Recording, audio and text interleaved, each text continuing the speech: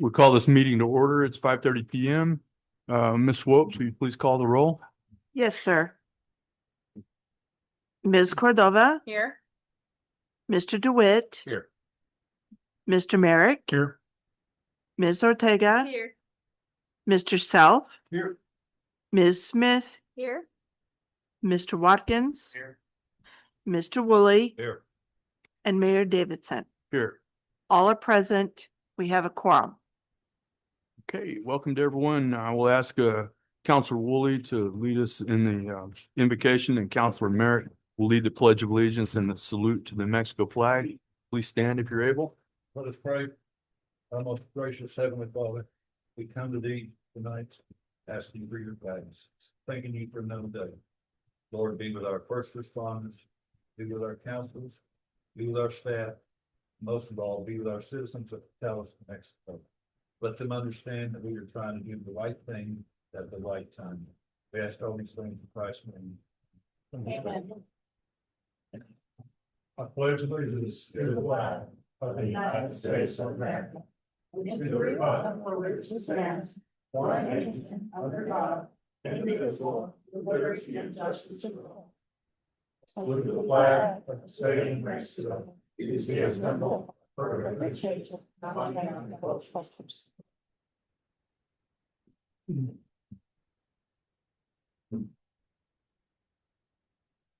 Okay. Ms. Mitchell, do we have any remote attendance? Okay. First item is approval of the minutes of our previous council meeting. Are there any corrections or objections to the minutes of the August 4th, 2026 meeting? Hearing none, the minutes of the August 4th, 2026 meeting are approved as presented by unanimous consent. Next up would be public comment. The public may address the council and city business during the public comment period. Speakers must sign in prior to the meeting, up to 6 speakers per topic. And with each speaker limited to 3 minutes, unless the mayor or a councilor requests clarification. Please state your name for the record before you begin. Your time will start when you do. To keep us within the requirements of the Open Meetings Act and our posted agenda, council will not engage in discussion on matters that are not listed on tonight's agenda, and no action may be taken on an unlisted matter. Please direct all remarks to the chair. Speakers are asked to follow the meeting procedures, so all speakers have the same opportunity to be heard. And speakers may be referred to the appropriate city department for follow-up. So first up, Mr. Lentini.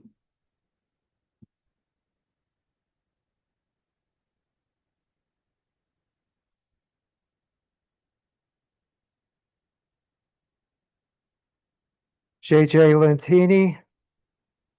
Could all of you understand me with the mask? Okay. Good. First thing, over on Abilene, about 3rd Street, there's a sign that says speed limit 15 miles. Right next to a sign that says end of school zone. That is very confusing because I don't know if it ends. I don't know if I gotta wait for something. You know, you gotta do something. Take one of those signs down.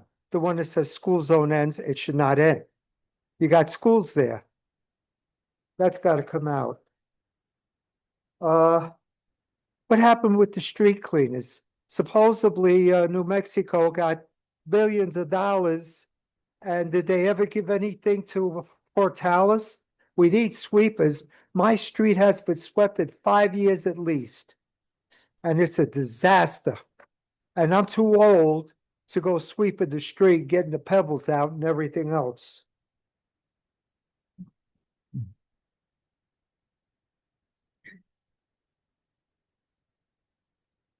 Also, what happened with the buses? I hear that you either suspended them or you sold it, or I don't know. I see them, but it's not the same people driving them. And I don't know what happened to those buses that were Portales buses. not the handicap ones, but the portales. Who bought them up? I see them, but it's not the way it used to be. I don't know what's going on there. And I think you need time to answer us with, when we give you questions. I mean, I think I'm the only one, at least that's what it looked like when I signed out there. But it needs, a couple of you at least need to give us our answers to the questions we ask you. Now, does this go out to anybody except here? Is it on the TV or anything? This really isn't a question and answer series, JJ. I mean, we're going to listen to the things you have to say, and then if you can pause this time, or we'll give you back your time. But I we- just want to give you my phone number so you could call me. absolutely. I don't want anybody in this whole city to get it. Well, everybody in this city has access to this video. Okay, so I could just give you my phone number. Yes, sir.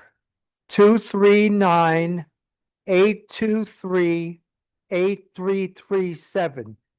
Best time to call me is in the afternoon and all night long. That's about it. Please get in contact with me, because when I go to the senior center to eat, if I go next door to City Hall, they eat the same time the seniors eat and there's nobody there. So please do what you can. I have Thank your you. phone number. Happy to call you, Great. give you some answers. Haven't spoken to you in a while. Okay, thank you. Next up, we have Ruben Reyna.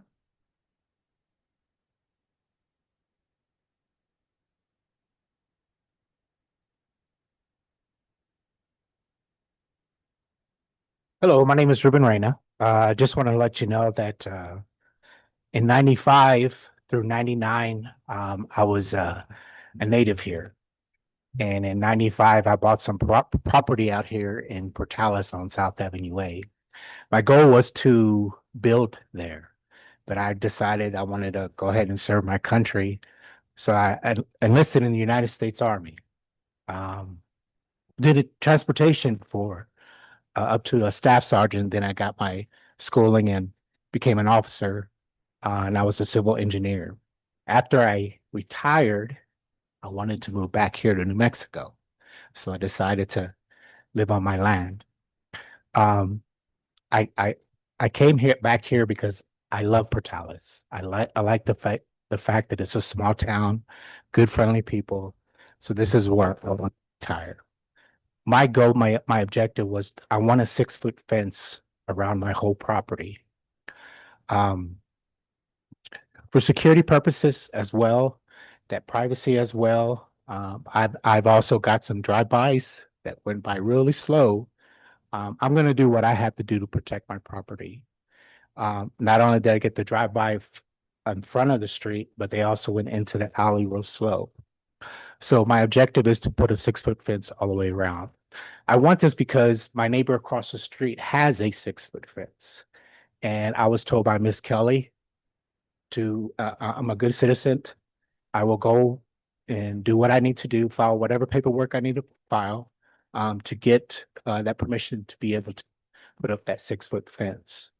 I want to thank all you guys for giving me the opportunity to be up here and listen to what I had to say. And I look forward to being part of the community. That's all I have. Thank you. Appreciate it. Thank you for your service as well. We have Nathan Dodge.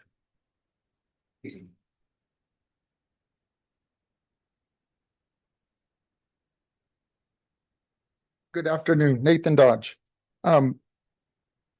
Mayor Davidson, members of the city council, I was coming just to voice, I'm looking at putting a metal building, 40 by 50 metal building behind my property. I was looking at 2 variances. One was being that it's above the 12-foot, which is allotted in city limits, and it would be 14-foot with 14-foot sidewalls, 16-foot to the peak.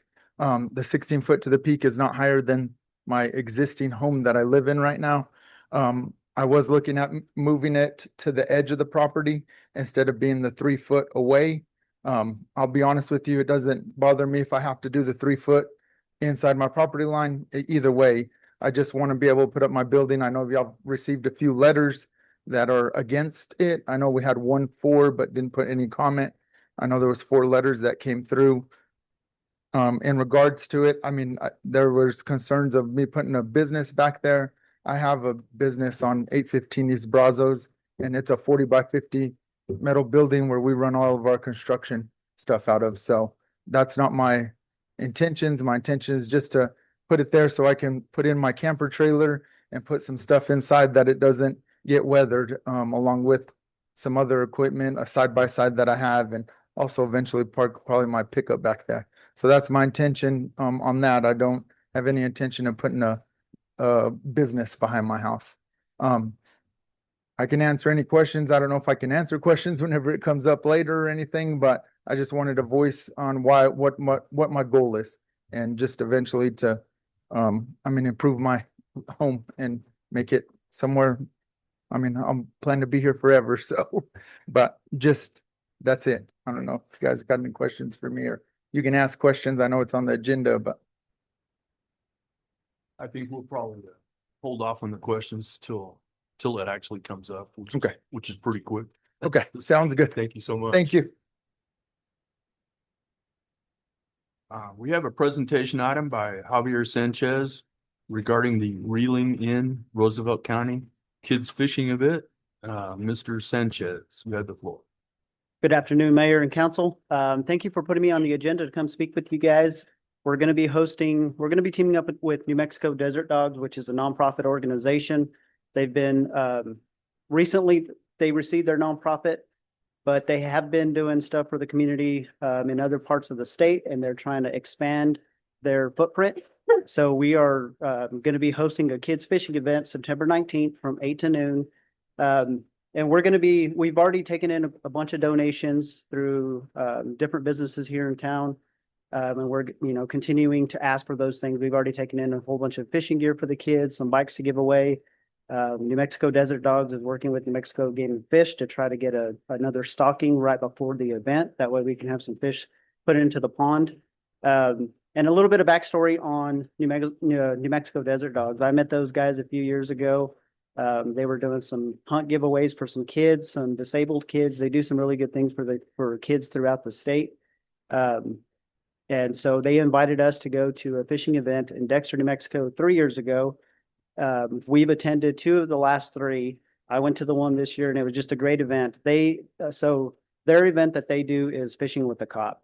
I wanted to kind of expand that and invite all the departments within the city, businesses throughout Portales, and just get as many community members as we can. That's why we're calling it Reeling in Roosevelt County. Mayor Pro Tem, I think she's the one that came up with the slogan. So thank you for that. So yeah, I'm just here to invite anybody, try to get any donations that we can for the event. It's going to be at Oasis State Park again, September 19th, 8 to noon. And Oasis has already said that we can waive the entry fees into the park for the times of the event. Once the event's over, of course, everybody's going to have to pay if they want to come out and fish. But whoever's attending the event, it'll be free admissions. And there's no registration. It's just kids need to show up. We'll be giving out fishing gear to the kids as supplies last. And Walmart is working on a donation for food items so we can serve hot dogs and hamburgers to the kids as well. And I'll stand for any questions if you have any. I will start out with one. Where do you make donations at? So if it's a monetary donation, it'll go to New Mexico Desert Dogs. We can provide that W-9 for you. And if it's just some items that you're going to donate, some fishing equipment or bicycle, whatever it is, you can drop it off at the sheriff's office, or you can call me and I can pick it up. Okay. Anybody have any questions for Javier? Do you want items like snacks and stuff as well? Yeah, that would be helpful as well. Yeah.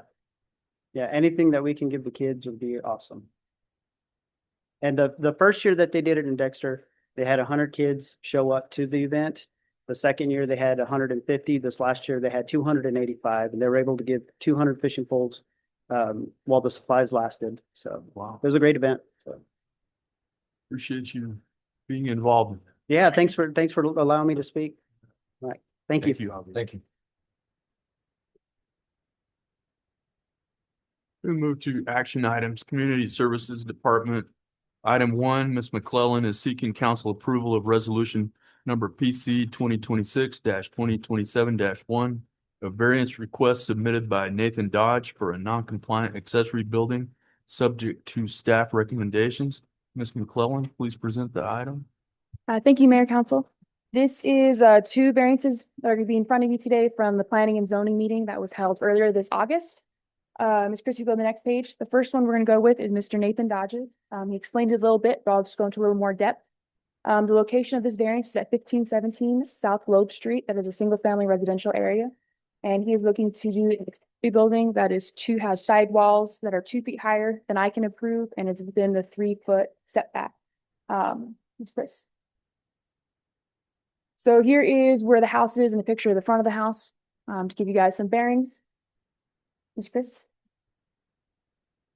And this is just more of an example. As you can see, it's going to be 2 feet over, and then that's for the side property line. The building will be abutting that side property line with the intention of using part of that building as the fence. That was what the explanation Mr. Nathan Dodge gave into P&Z for having it up against that property line. Here's just the ordinance numbers. I won't read them, but just we like to put those on there. So as the city has recently started doing conditions, here are the 5 conditions that P&Z recommended, our staff recommended and P&Z recommended approval from. That's all governmental permits, including flood zone permits, because this is in the flood zone, are in place for construction. The applicant recognized accessory building will abut a platted but undeveloped city-owned roadway. The city will not consider the structure's location, comfort, access, or resale value when making decisions about utility easements, placements, or repairs or future roadways. The applicant is responsible for all runoff of the structure and may not use the abutting city property for storm runoff. Future additions are not automatically approved under this variance and will require additional approval. And this approval for an accessory structure only, if remodeled for residential use, the property would not meet multiple dwelling standards, zoning setbacks and access, and would need a new variance for a non-conforming property. Conditions are already listed in the ordinance. We're just specifying them, especially for projects. Ms. Chris. Here's the finding of facts. We did, as Mr. Dodge had pointed out, we had 4 protest letters, which I will cover a little bit later. And we had 1 letter for it. The letter for it was they checked that they supported the proposal, but did not give any information. This went to council, or not council, sorry, planning and zoning for a public hearing on August 3rd, where it was a 5-2 vote with recommendation of approving this with the 5 conditions that staff had listed. So this is pretty much the same thing. Let's just go one more. I put the summary of protest concerns on there, and I listed, we received 4 letters. 1 was just a check mark saying I protest this with no information. And then 2 letters were from the same household. So theoretically, it was 3 properties, 4 letters. There was concerns about increased traffic, noise, and commercial activity in a residential neighborhood. Safety concerns due to the site's proximity to a school and existing school-related congestion. Reports of roadway blockages, equipment loading and unloading, and business-related vehicle traffic. Concerns regarding air quality and nuisance impacts for current property operations. Allegations that the proposed building may not comply with zoning or municipal code requirements. And general opposition based on preserving neighborhood character, safety, and quality of life. That is all I have for that. Mr. Nathan Dodge is here. While there's not a space for him to specifically speak, if you have questions, we can direct them to him if I'm unable to answer those. Do you have any questions for me? Thank you. Are there any questions from council? The building is planned to be inside of your current fence, or is it going to set outside the fence? Yes, just to repeat what he said, it will be 100% located within his property. And a lot of those concerns to me just seem temporarily while the construction is being built, and then. And that is what was covered in the public hearing. He has no issues with it being commercial. And he did state he has a lot of family members, and that's where some of that congestion comes from. And you are allowed to have gatherings, and that kind of congestion does happen with big families. And that the only commercial blockages would be during building or when he's doing landscaping or other repairs. I doubt that Mr. Dodd would start using this as a commercial property. But in the event that that happened, what resource do we have? So if he did start using this as a commercial property, if he could not meet the basis for home occupation, which means you're allowed to do business in the residential area, it just has to be completely encased where no one else can see it, then he could rather do a variance, do a zone change to a commercial property. And if he did neither, then the city would get involved with citations and possible court actions.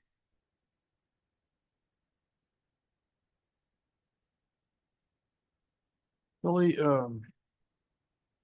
one of the reasons going to the edge of the property so he would not have to maintain 3 feet of weeds or grass.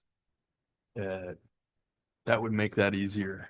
Yes, that was another reason Mr. Dodge brought up, was they'll have a fence, and then if he does do the 3 feet, there'll be 3 feet of unusable property that he'll just have to maintain, but he won't be able to use. So this is in essence taking place of the fence, is that Yeah. correct? And will there be drainage on that? I mean, not drainage, but a drainage system on that building? He did agree to keep all the stormwater on his property, and if he needs to do gutters, he would do so. So with that, Mr. Mayor, if I may. Putting the property up to the 3 feet and then saying they do have to fence it in because of if it was ever deemed commercial. Are we gonna move the building if we already have it there to do a fence? So he- Past their property line? So they wouldn't have to include it in a Already. fence. In it, but it would, it couldn't be in the yard, it'd have to be all in the building if they did a commercial as a home occupation. You can't even have it out in your yard. It's supposed to be completely contained within an enclosed area, as such as a building. Any other questions from council? Okay, chair will entertain a motion. The motion approved.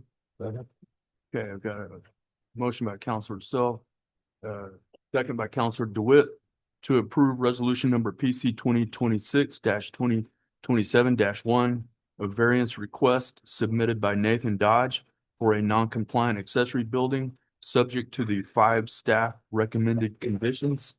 Is there any further discussion?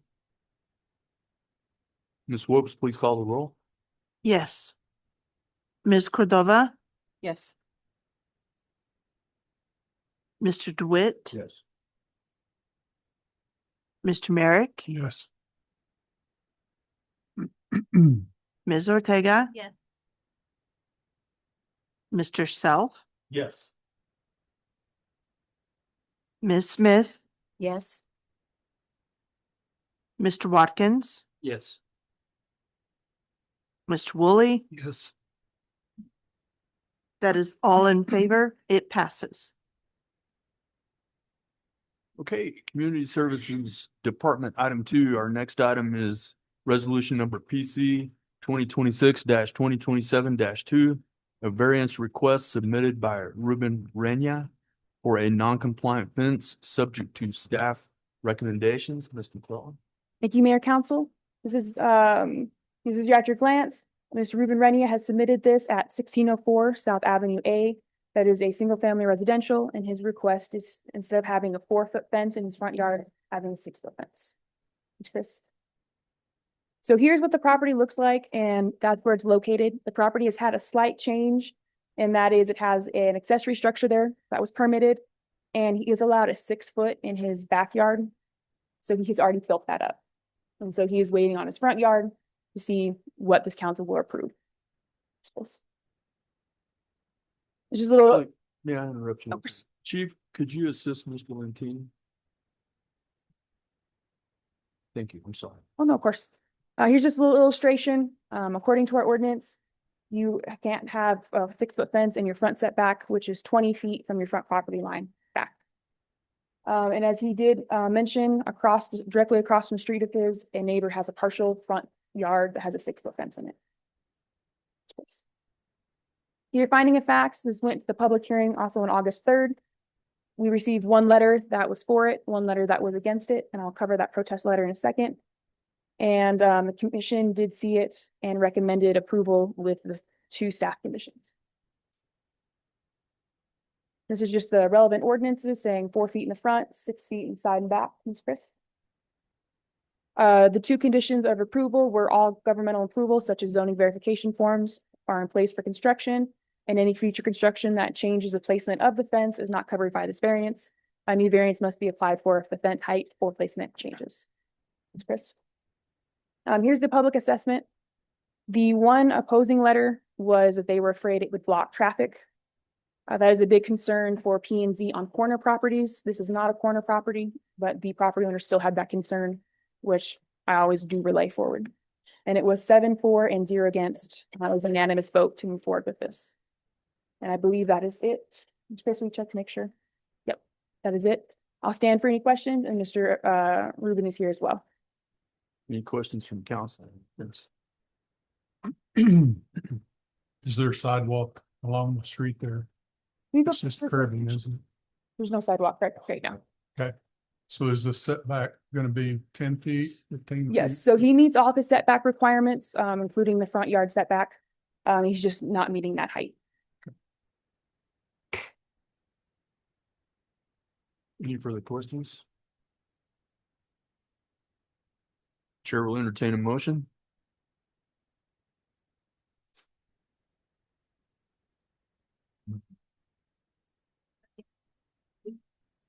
Okay, we have a motion by Councilor Woolley, second by Councilor Ortega to approve resolution number PC 2026-27-2, a variance request submitted by Ruben Rania for a non-compliant fence, subject to the 2 staff recommended conditions. Any further discussion? Ms. Whoops, please call the roll. Yes. Veronica Cordova, Yes. Mr. DeWitt, Yes. Mr. Merrick, Yes. Ms. Ortega, Yes. Mr. Self, Yes. Ms. Smith, Yes. Mr. Watkins, Yes. Mr. Woolley. Yes. That is all in favor. It passes. Okay, thank you, Ms. McClellan. One question before we move on. Is it Reyna or Rain? Okay, so REYNA. So we just have a correction that we need to make on that ordinance because his name is spelled incorrectly. I thought that was correct, but I just want to make sure. The N and the Y are reversed. The flip. Thank you. So we have Water Department, item 1. Ms. Rice is seeking council approval of resolution 2026-38 in support of the 2027 Water Trust Board Notice of Intent for improvements to the Portales wastewater treatment plant.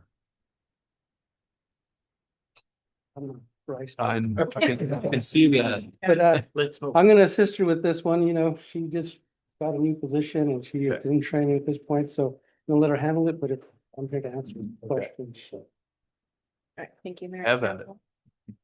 I am here seeking approval for resolution 2026-38, which authorizes the city to apply to the New Mexico Finance Authority for 2027 Water Trust Board funding for design improvements in the Portales wastewater treatment plant.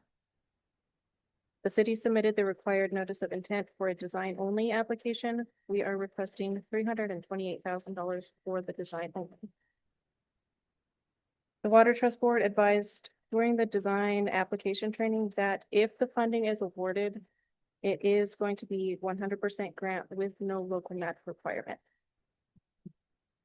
This resolution authorizes the city to move forward with the application and designates the city's representatives and contacts. We recommend approval for resolution 2026-38. And if you have any questions, I will try my best to answer them.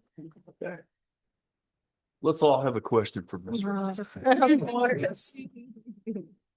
Are there any questions? Getting off easy, man. I know. Chair will entertain a motion. Next time. Yep. Next time, okay, I'll be prepared. Motion to approve resolution 2026-38. Second. Okay, got a motion by Mayor Pro Tem Cordova, second by Councilor Watkins to approve resolution 2026-38, authorizing the city to apply to the New Mexico Finance Authority for $328,000 in 2027 Water Trust Board design funding for the Portales wastewater treatment plant upgrades. Any further discussion? Ms. Swope, please call the roll. Yes, sir. Ms. Cordova, Yes. Mr. DeWitt, Yes. Mr. Merrick, Yes. Ms. Ortega, Yes. Mr. Self, Yes. Ms. Smith, Yes. Mr. Watkins, Yes. Mr. Woolley. Yes. That is all in favor. It passes. Okay, we will move to the city manager report. We're going to slide this. A slide will come up and I'll go with some data points, but that each of the councilors and the mayor should have received a piece of paper talking about the New Mexico Municipal League conference and the extra events to do while you're there. And I wanted to draw attention to the third bullet. Now, this is not making government, this is an FYI type of thing. But on the extra stuff that you can do, like the golf tournament, summit, things like that, there's also a community project that we were asked to take a look at and see if individuals wanted to support that when we're there. So please take a look at the third bullet. It's supporting the Aggie cover. It's bringing some food package item type of things to help out with finding or helping out with food and stuff like that. Cover projects. So please take a look at that and have a chance. City manager report, next slide. Kind of keep a copy in front of me. It's hard. I'm in between the reading glass range and not reading glass, shedding a lot of things in a couple of slides. New transit coordinator came on board a couple of days ago, transit in Pat's system.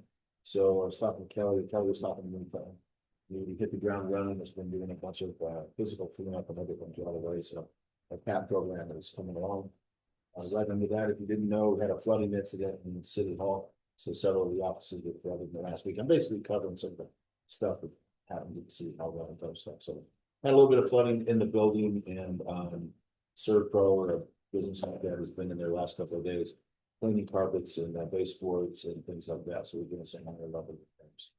A new communication specialist signed on this week. We working with Ms. Mitchell. Should be doing some trend to go see some feedback, and then pretty soon, and then as well. Planning and zoning, we have like new planning and zoning coordinator on board. And then we've had other turnovers, quite a few people since the last period have elected to look for other opportunities, and we thank them for their service. Wish them well, but you'll also see a lot of recruitment coming up in the future for roads and some other departments. Some modernization projects, things that we've been talking about. Thank you for the slide catch up there. Solid waste route tracking. I talked about tracking programs for the trash trucks. That's underway. The public works director, I won't go into it too much as maybe he wants to, but he selected a vendor and a program for that, and we'll start to purchase some things. So trash trucks would be able to be tracked, but not tracked to track them per se. But if someone feels that their trash was neglected or whatever, let them go back and see what the route was addressed. And it's a route building software, service building software, etc. It should be pretty good, and it's remarkably affordable. So that's cool. It's very similar with the water meter, 5,600 more or less water meters in town for distribution lines. Those we're going into our last phases of the program to select a vendor and a final product, start the purchasing for that to get those things done. And then Rotary Park, not Rotary Park itself, but the city is awarded a grant about $25,000 to do a technological upgrade in City Park. It really put it's kind of it goes on the pump track, the bicycle pump track. It's an app-based function where riders on the pump track can go there, and set goals, riding goals, personally best times, race against themselves or others, or allows them to enter like a national kind of pump track. Society is the wrong word, but remote level programs that are app-based on the pump track so that you can compete against other riders all over the place, but I have to go all over the place. Does that make sense? Virtual, right? Thank you. You said it so much better. Virtual, right? There we go. So anyway, we were awarded a grant for that and we're going to road contract. So no, we're talking technical landscape. That's that. Meeting today, the mayor and I met with Congresswoman Roger Fernandez and talked about some of our frictions that we have that's, you know, affecting us as a city. She was very receptive to that. We're still looking forward, we are moving forward on the community events working group that we discussed in the last session. What is a community event, et cetera, and how do we support it? So we'll start to see some feedback on that pretty soon as we move forward, putting a working group together to do that. So it's basically the city manager's report. Some questions. And those frictions were not between you and I, correct? It's hard to say. Okay. That is true. You know, you can't manage anything, any business, any city, anything like that. You're gonna have frictions. Not everything is super smooth. And sometimes a little help from your representatives helps keep things moving along. So when their team asked for help, can we help, you know, we provided them. And the mayor knows that because he was there, but this is where everybody else is at. So there are some things that are sometimes difficult to do. It helps when somebody above us asks a question or something like that to the right people and it moves things along that way. So. Okay, we will go to staff reports. We have Public Works. Okay, so since the last time, we are down 10 employees now. We thought we were catching up, but we did have a lot of loss in the last few weeks. So we are now recruiting heavily for streets and parks at this time. Also, I was just going to give you a little briefing on our meters. We had a couple proposals come in, but at the time they were actually for the well field and for distribution. So we decided to break those two projects apart.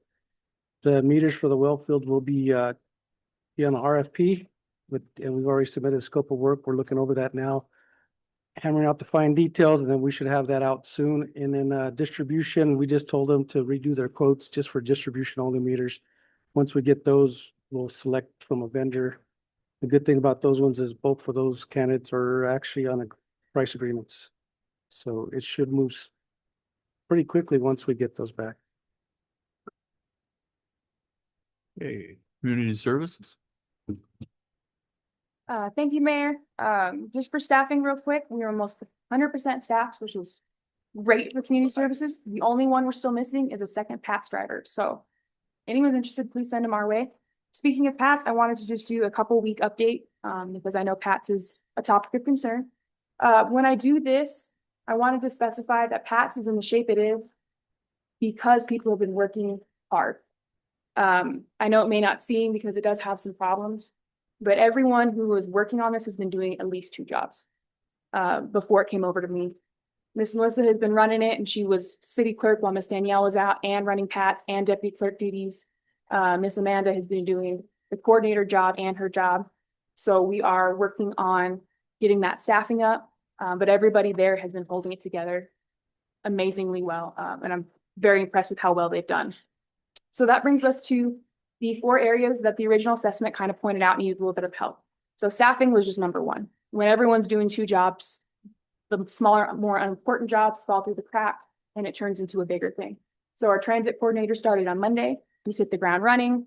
And we have myself as the department head, and then we have a driver, and we're excited to get our second driver. We'd fallen behind a little bit on maintenance. So we're working on maintenance facilities, equipment, and vehicles. Some grant compliance and training are all areas of improvement, and we're already making great strides on those areas. So what we've done so far in this last couple of weeks, the full-time coordinator has, of course, been hired. The mechanics have been fantastic working with us. They have allowed us to be put on a preventative maintenance schedule where every single operational vehicle is seen every 4 to 6 weeks by the mechanics, just for preventative maintenance. One of our units that's been out for a while is going to be returned to the fleet on Wednesday. And then we're going to take a unit that needs repair in on Wednesday for top to bottom repairs. 3 units have been hanging out in the yard to be disposed of. So the mechanics are going to get them in for proper estimates so we can submit the final paperwork on Friday. And we've been doing software demonstrations to see how we can't modernize PATs since we've had the same software since pretty much the beginning of it. Ms. Chris, and lastly, stuff we still have in process, we're working on a training schedule. And it's a recurring schedule that allows drivers the time to have yearly refresher courses. Facility maintenance plan and equipment facility maintenance plan, the additional driver. We've got some broken technology and radios that you guys agreed to look at for us. We're updating some of the safety stuff, like some basic safety plans and STS sheets. And we're working on updating our website to be more user-friendly. This is the last one here. So where we're headed is we are really focusing on modernizing the program. And as soon as it's stable and reliable, we are looking at the growth. Mr. Mitten has hit us with the very reasonable goal of a 200% increase in riders. And I think we'll easily make that once we get the program just a little help here and there. But that's all I have. You guys have any questions, please let me know. Yes. Kelly, one thing that I didn't see on there is advertising. You know, we could help you with that thing out senior. If you can come talk and have a card and say the hours, the telephone number and all that stuff, because we've got a bunch of folks that would really enjoy getting a ride. Perfect. And we'll get with everybody to help on some advertising efforts to hit that 200% goal. Yes. Kelly, what are the requirements for a driver? They have to have chauffeur's license? What? Nope, they just have to do, have a good license, sign up, pass drug tests, and they have to do some initial training to get their original certification and then just keep those up. Okay, we appreciate it. Appreciate the good work too. Police Department. All right, thank you, Mayor, Council. So just a little snapshot of what our July numbers were for as far as the police department. Total of 1,023 calls for service. So that's how they get entered into the system. Of those, 264 were traffic stops and 759 are going to be calls that came in through the center for the officers to respond. They made 25 arrests during the month of July, putting us up to 249 as of August 12th. The next slide, please. So some of our top incidents, just kind of to show where the officers are working and what they're doing. So 25% of the total calls were traffic stop related. And then there was a 1%, which is a good number. It's a nice low number, but 16 theft reports. Of those, this was kind of seeing the tail end of some burglars running around town, and our fantastic detectives have arrested and charged 3 juveniles, so I can't give names, but in connection with all those burglaries and got all that cleared up, got a lot of property returned or picked back up so we can return it, several of which were firearms. So that's some good work by our investigators. And then the next one, please. So I've got to love how our system, the state's providing us, gives us an analysis on all of this. So traffic stops accounting for 25%, which shows that we're doing very proactive work out there. You know, we're not sitting back waiting for people to have a problem and call for us to go help them. We're getting out there and trying to catch people doing things. You know, a lot of people will criticize us for what they feel are insignificant traffic stops.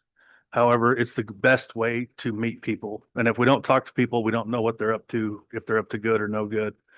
You know, so it's a great segue into finding out who's doing what, because, you know, unlike the pizza guy, you know, criminals don't run around with a flashing sign on top of their car saying what they're up to. So it's the best way for us to get out there and see people. And of those, we see that approximately 1 in every 40 incidents results in an arrest, whether it's a warrant, driving on a revoked license for a DWI itself, or warrants, anything that's going on out there. And the next one, please. And then currently for staffing, we currently have 16 certified officers, including myself, 1 uncertified that's in the field training program, set to go to the academy in January. 4 openings would get us if we fill our 4 openings to 21, that'll get us there. And then, of course, we still have the 3 frozen positions that we did. We do still have some people in the background process. Unfortunately, going through a background, we can't force them to get paperwork completed in a really timely fashion. But we're still proceeding with all of that to try to fill up those remaining 4 spots that we have right now. And if any questions, I'm happy to answer. Any questions for Chief? Thank you, sir. Thank you. Okay, we're gonna move to counselor comments. Counselor DeWitt.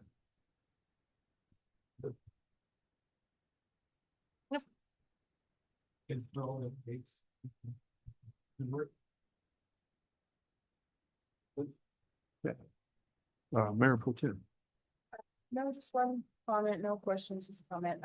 Really excited about this, feeling the news about county. I wanted to be involved in as far as the city aspect of it. So any department heads that have been asked to join, if there's anything that I can do to make that happen, I'm gonna be out there and willing to help. So if there's anything that I can do, please get with me and I really hope that this is a great event for the community and for the kids.